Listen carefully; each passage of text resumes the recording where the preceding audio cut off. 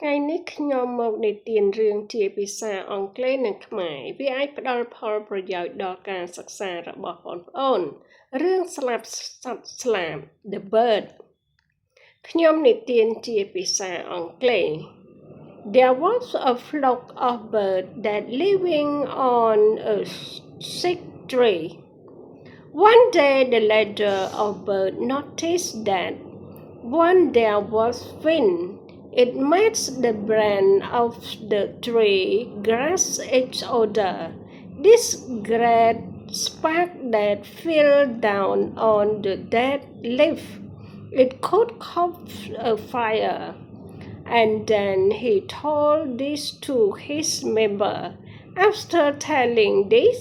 the leader flew out of the tree with a flock of birds.That had agreed with him.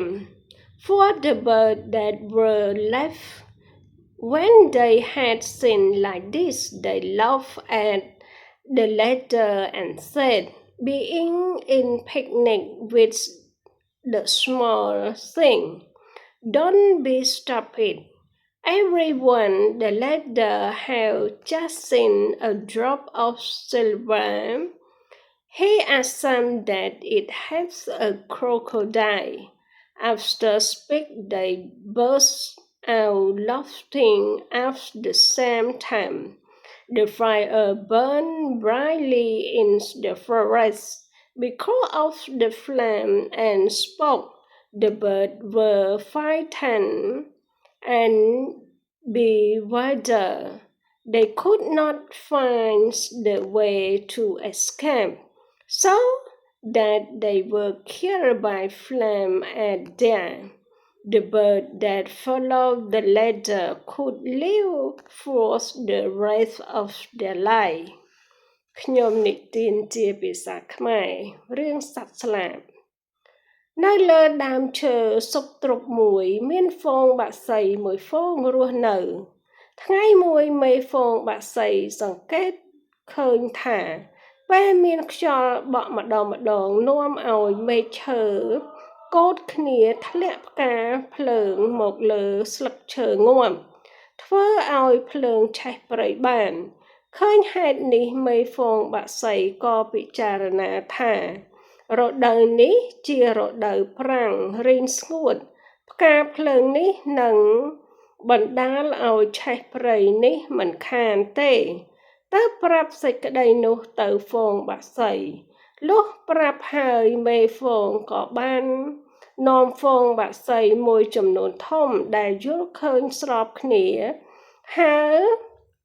ចេញពីដើមឈើនោះទៅ